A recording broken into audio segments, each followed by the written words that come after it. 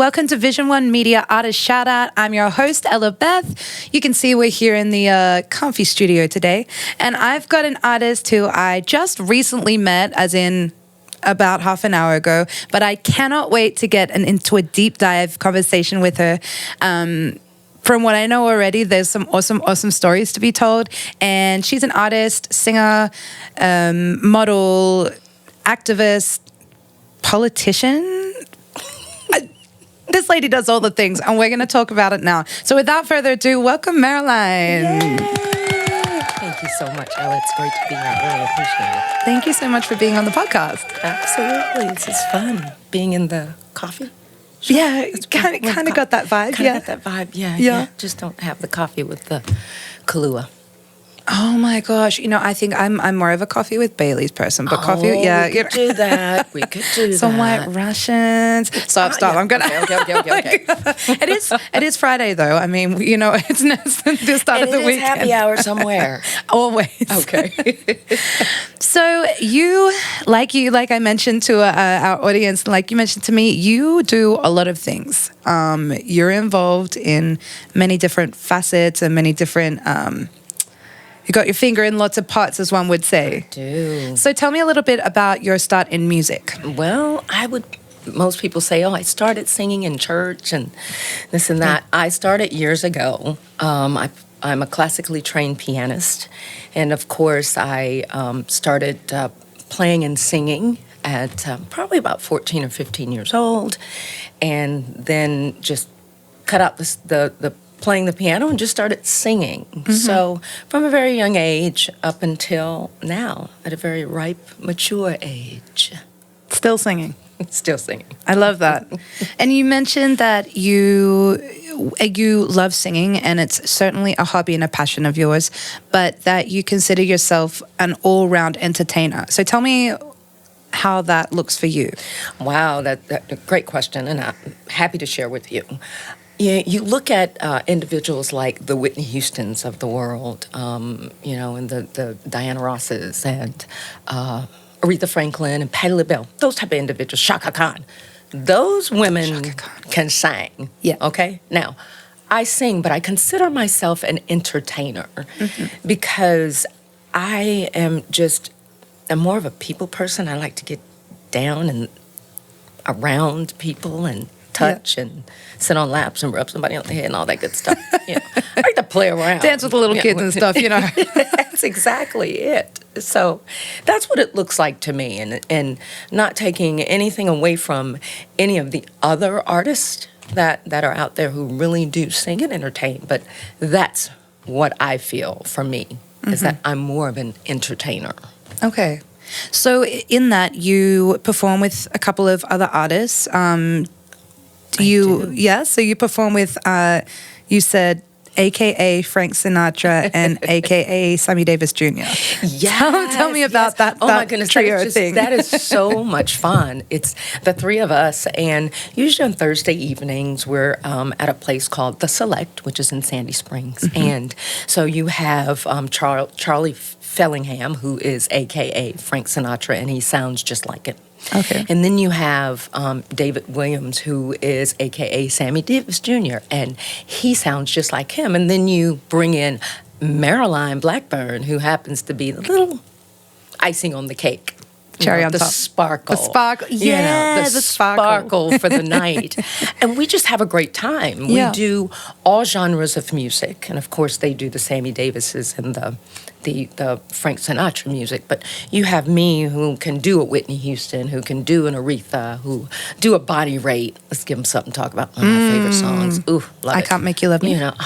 That's a great one, too. Okay. Pointer Sisters Fire. Oh, my goodness. Every time I do any Pointer Sisters song right now, I just, think of the Pointer Sisters and just such great singers Energy and entertainers. Exactly. So that's what we do, and I enjoy it. However, it's not with a live band, but it's to tracks, and it works. It works for that setting. Right, that setting, that space. Exactly. And if it works for the customers in the setting, in the space, and they're having a great time, then that's all we can ask for as entertainers, isn't it? Really, that's what it's about. If everyone who's having a good time and dancing and singing is good, We're good. That's exactly it. As long as they're up dancing, having a good time, and a cocktail in their hand, we got it going on. Yeah. So where else do you perform? Well, there's various opportunities that have presented themselves. There is Odessa Green's live jazz that I do on Sundays with, and it's which is how we got connected. It's how we got connected, and right here at Vision One Media, which is fabulous. By the way, I'm counting on a tour of this beautiful establishment.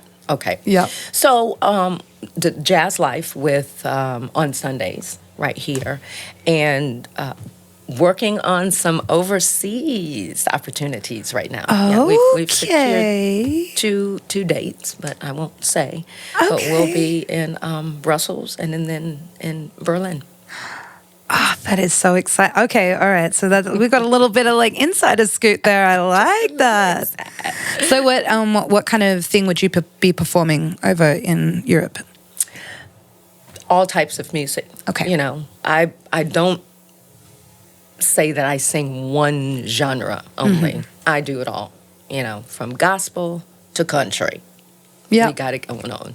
I think, and that's very telling, I think, of a true performer is someone who can, or entertainer, as we say, is someone who can really, truly not just perform, but like really sell what they're performing across the board. So that's really cool. Is there a genre that you particularly love more than the others?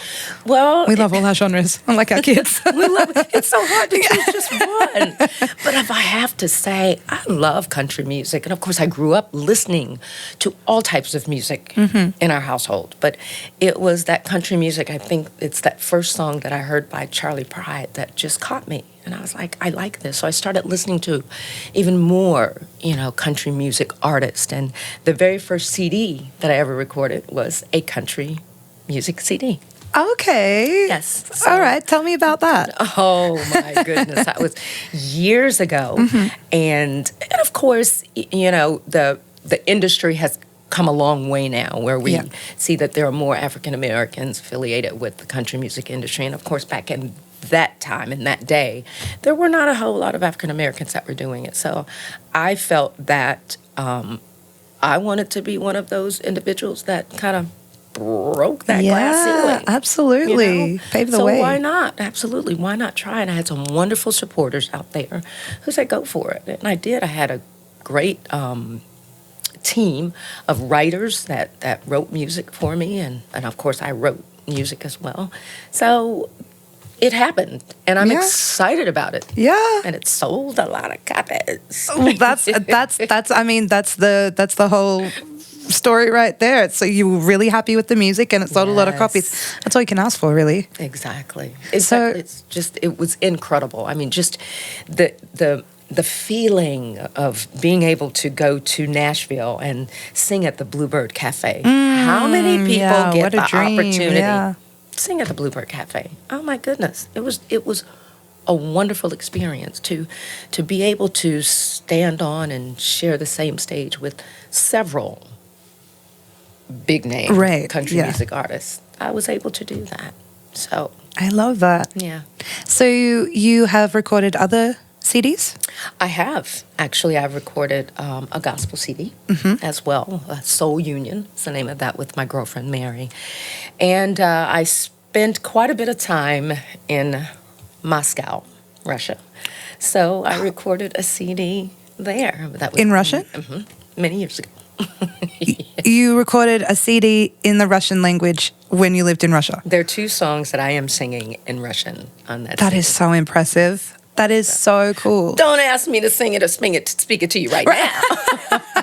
Yeah, like in the vocal booth with the lyrics, but like phonetically written out, like what you need to say. I feel you. That is so interesting. Yeah. And were those written for you, or did you just cover some known Russian songs? They were written for me, and there were 4 songs on that CD that I wrote. So. And one of the Russian songs I actually wrote as well. Wow. That I was singing in Russian. So. That is so interesting. So why did you spend time in Russia, may I ask? I had friends there, but also did a few performances as well. Okay. Yeah. That's so interesting. So where else have you been? You've got... Oh, my goodness. Yeah, tell me. I'm a traveler too, so I love this kind of thing. Oh, boy, I love it. I've been to Europe, to South America. They call Alaska a different country.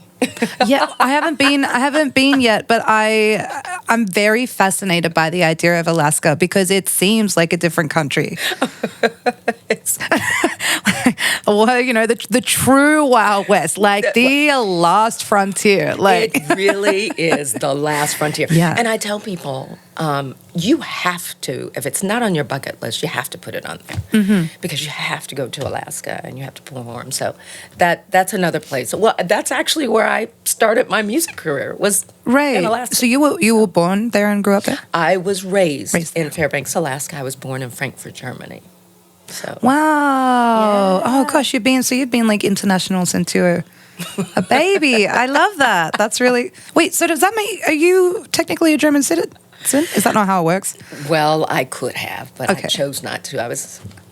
Okay. Long story. All right. Interesting. But yes. Interesting. Yes, I wish that I could. I would love to have dual citizenship. Yeah. That'd be great. That's so interesting. Do you speak any German as well? Do you sing German? No German songs? Okay. So, having come from Alaska, before the interview, you mentioned that apart from singing, you're also involved in other parts of the entertainment industry, and you were the first African-American Miss Alaska. Is that correct? I was actually, and I'm not going to even say the year. People can look it up. Okay. But I was the very first African-American woman to win Miss Alaska and go on to compete in Miss America. That is so amazing. Yeah. And you said, here I am name dropping. Oh, my goodness. You were up I against didn't. Sarah Palin? Is that right? Who told you? A little bird. A little birdie. Yes, Sarah Palin was my second runner-up. That is so wild. Yeah. That is so interesting. Well, it's all a part of life. It's all a part of my journey. Everybody has a journey. Right. So, So that was part of it, and we keep moving. Did getting into the Miss America competition and doing pageantry, did that come out of wanting to explore a different part of creativity, or? No, actually, it came because I wanted to pursue a college education.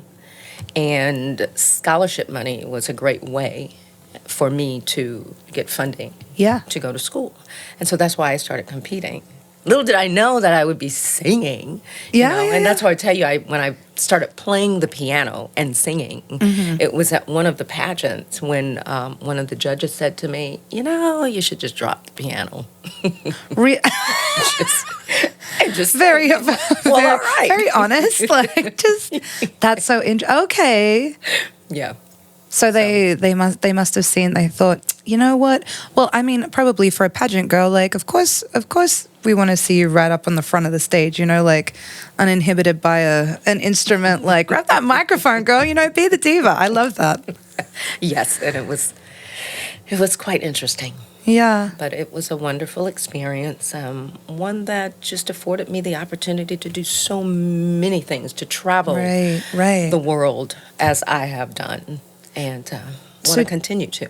Did you feel like doing the pageantry also help open the musical doors? Absolutely. Okay. It really did. Many opportunities. I've had the opportunity to actually perform with, do you know who Bob Hope is? I feel like the name's familiar. But granted, this is because I'm Australian, not because I'm not for no other reason. It's okay.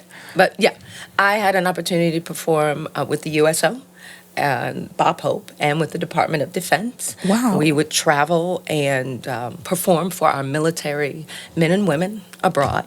So that opened up the doors for me. And when I would come back home, to have gigs waiting for me, it was great. Yeah. Yeah. Yeah, to be able to do. Yes. And it's just, this, you're an entertainer. Being on the stage, it just brings out a different side of you because you're able to look at people and make them smile, or you're Yeah. singing, you make them Yeah. smile, or you take them down memory lane on certain things. So Right. that to me makes the biggest difference. Yes. If I can change one person's life during a performance, my job's been done. Absolutely. I 100% agree with that. Yeah. Yeah. Because, and I say this often, I've said it in a couple of podcasts before, but this gift that we've been given, God-given, it's so important that we don't just like hoard it and keep it for ourselves, you know? And I'm very much a big believer in the same thing, you know, if I'm making people happy, and true, if someone goes away and they feel encouraged, or that they've been given a little bit of hope by what I present and how I can be vulnerable on the stage, then we're right in the pocket of what we're supposed to be doing. Absolutely. And we love what we do, you know, we get the blessing of being able to really adore what the gift that we've been given, and adore being able to use it and be able to make a living from it. Like, Exactly. can't think of anything better, truly. It is wonderful. It is wonderful. It is really cool. So tell me about, how did you get involved with the Odessa Green Jazz Life? Well, it just so happens, this is the funniest story. The gentleman who is with Odessa Green Agency, Kofi, happened to crash my birthday party. Okay. And I have this huge birthday party every year. It's all white, you know, all white, huge, lots of fun. And he came with another guest. Okay. And so he said he crashed my birthday party. So that's how I met Kofi. Interesting. And have invited him to various events that I've performed at, or I've presented. And he has been kind enough to support. So when he shared that he wanted to do a Jazz Life series, I said, let's do it. Why not? Yeah. You know, life, you only come this way one time. So Right. there are no do-overs. Right. So Right. do it. Yeah. Enjoy it. Yes. To the best of your ability. Absolutely. So that's how I got involved with him. And it's been great ever since. Yeah. It's just been great. And I just feel that it's going to explode at any moment. I think earlier we were talking about, you know, what we're wanting to do with the whole Jazz Life series is do something like a Cafe 290, if anybody out there knows Cafe 290 or Cat's Cafe. Right. Those type of institutes where you can go and you can perform as a musician. That's our outlet right there to be able to go and enjoy. And of course, you never know who you're going to see Right. at any of these venues. Right. So we want to be one of those venues as well. Yeah, yeah, yeah. And I love that, because not only are we, is it an event for customers and audience to come to. I was like customers. So not only is it an event for the audience, but it gives us as musicians and us as creatives the chance to connect and network, which Absolutely. that's the most, I mean, that's why I do this. I love being able to network people. I love getting to know other creatives, you know, because we are a community, and we need to stick together and encourage each other and lift each other up. So Exactly. I'm You know, very excited. and during the time of COVID, it was a difficult time for a lot of musicians, because that's how a lot of musicians made their money. Right. Their survival Right, was, right. was through music. Performing. But it showed us that we had to do other things outside of just wear our different hats. Exactly. So you have individuals who are now sound engineers, Yeah. or who are incredible writing music, writers of music. So what COVID did was showed us that we had to find another side of us. Yeah. Dig in deep. Yeah. What else can I do? Yeah, right. Right? Exactly. And like I was saying earlier about like having things that are maybe not music centric, but music parallel, it's just an exploring another side of your creativity. Like, your creativity is an entity in its whole. Just because we consider ourselves singers, or just because we hang out with a lot of musicians, doesn't mean that that's only what we do, you know? So Right. So what was your takeaway from COVID? What was your new skill or skills? Well, if I must tell you, no. I actually got involved in a lot of with a lot of charitable organizations, and I had created a nonprofit organization called Divas with a Cause about 12 years ago. Okay, I love that name. I love Divas it. with a Cause. And we all sing. It's all women that sing. And I started it because my mother was diagnosed with stage 3 kidney failure. Okay. And the Kidney Foundation was instrumental in what I say, helping us to keep her for 3 years before she was taken out by cancer. Okay. Right? Lymphoma. So during that COVID time, I really took the time to reach out to those individuals who I needed to be sponsors or to other charitable organizations and say, hey, here's what I'm doing. I want to honor or recognize your organization for the difference that you're making in and around the community for those individuals that may have dementia, Alzheimer's, or cancer, cystic fibrosis, whatever it may be. So that's what I did during COVID, was I really honed in on Divas with a Cause. And so now we're coming up on our 12-year annual benefit concert, May the 6th. Anyway, this will be out before then, so it's okay. So yeah. So that's what I'm doing, which is, it's absolutely wonderful. But I still, at the same time, I'm still involved in the singing aspect of it, because we all sing. Right. And that's where you come in. That's where I come in, because I'm also a singer. I love that. So with your charity work and not-for-profit work, has that also gone hand in hand with your political work and work in politics? Because you said that if we Google you, we'll find that MARYLINE has had her political era / is in the political. I don't know. So tell me about this. I did. I was in the political arena. I was a city council representative for Smyrna, and I was the very first African-American woman that was elected to the Smyrna City Council in 145 years. That's so badass. It is. That's badass. So yeah. But I got involved because I felt that there were some things in and around the community that were not being addressed. Voices were not heard. Okay. And I wanted to be that voice for the voices that were not heard. So that's why I got involved.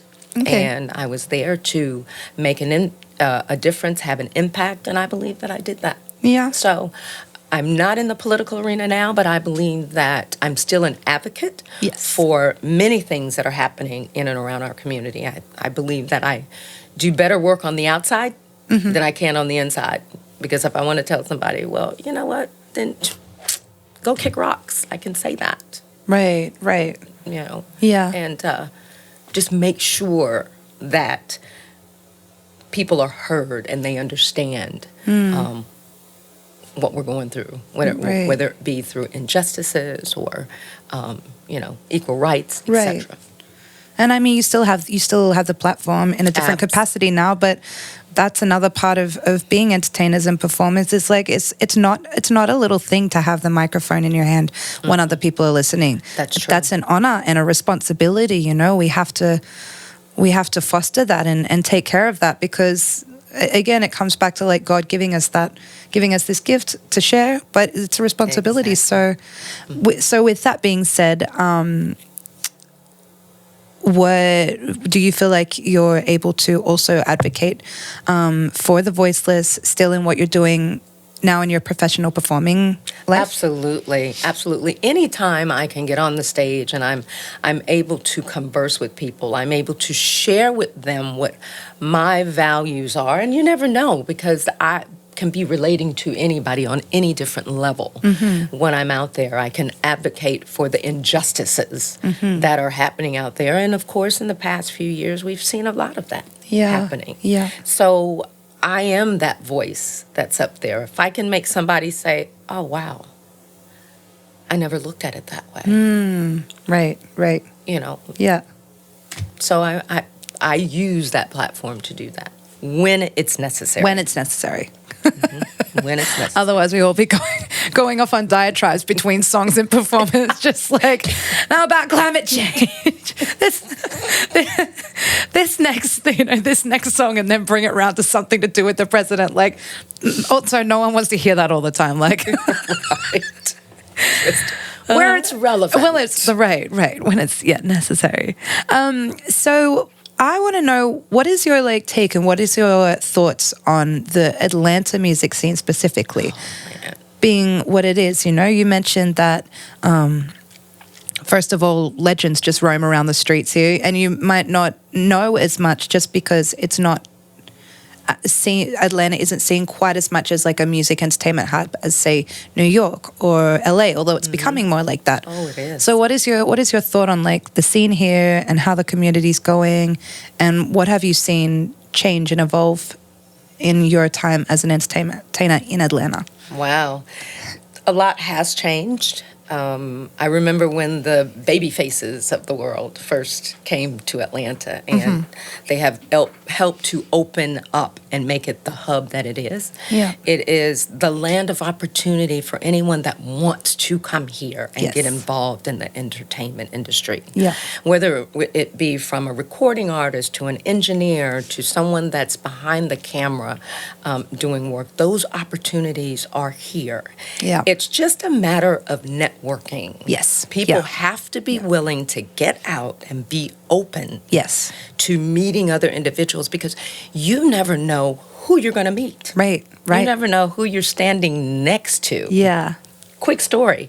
In the mall, several years ago, and I just saw this group of people just clamoring and like, oh my God. So as I got closer to where the escalator was, and this gentleman and his girlfriend were walking, I just kind of glanced back and I just kept going. And I noticed that it was Usher. Just In the casually mall walking in the mall with his girlfriend. With his girlfriend. Like regular people do. Exactly. But nobody they knew it was him, and they were they didn't want to go up and say anything, which I thought that was really cool. Yeah. So I just kind of slowed down, and as he gradually passed me, I just said, hey, Usher. Cool as a cucumber. Hey, Usher.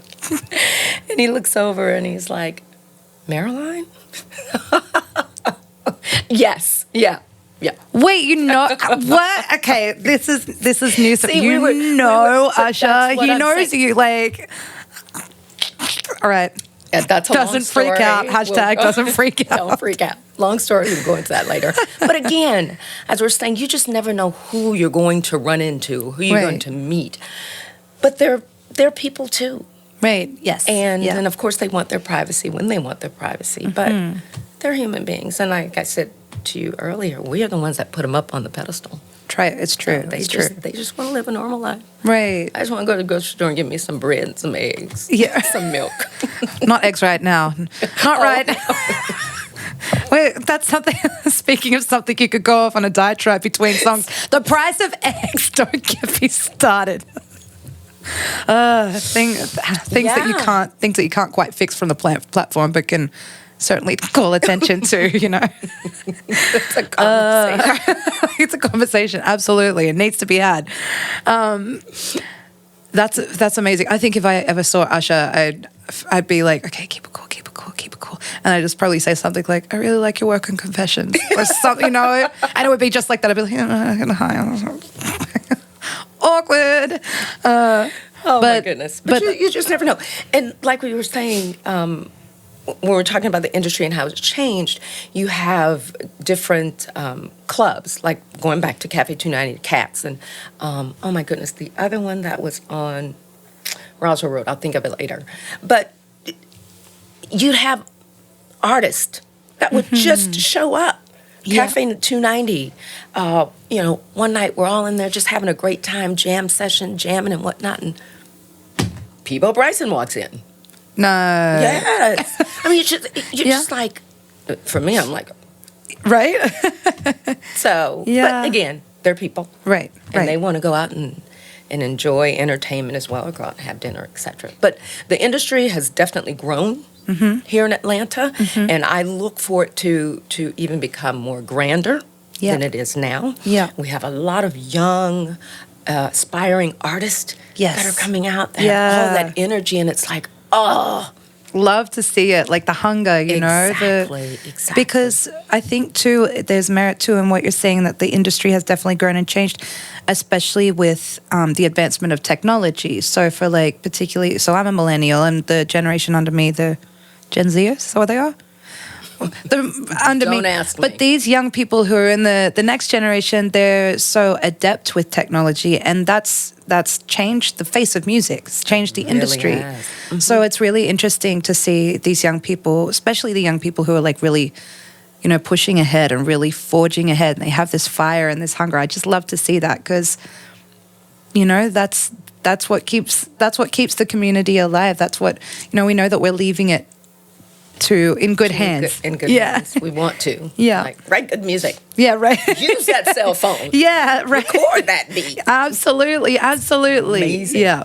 Amazing. So like you said, technology has definitely come a long ways. So from the time I was carrying the cell phone on my shoulder, you were too young to remember that. Cell phones, like cell phone backpacks? Yeah. What, really? Yes. I don't remember. No, I don't remember that. It was the coolest thing.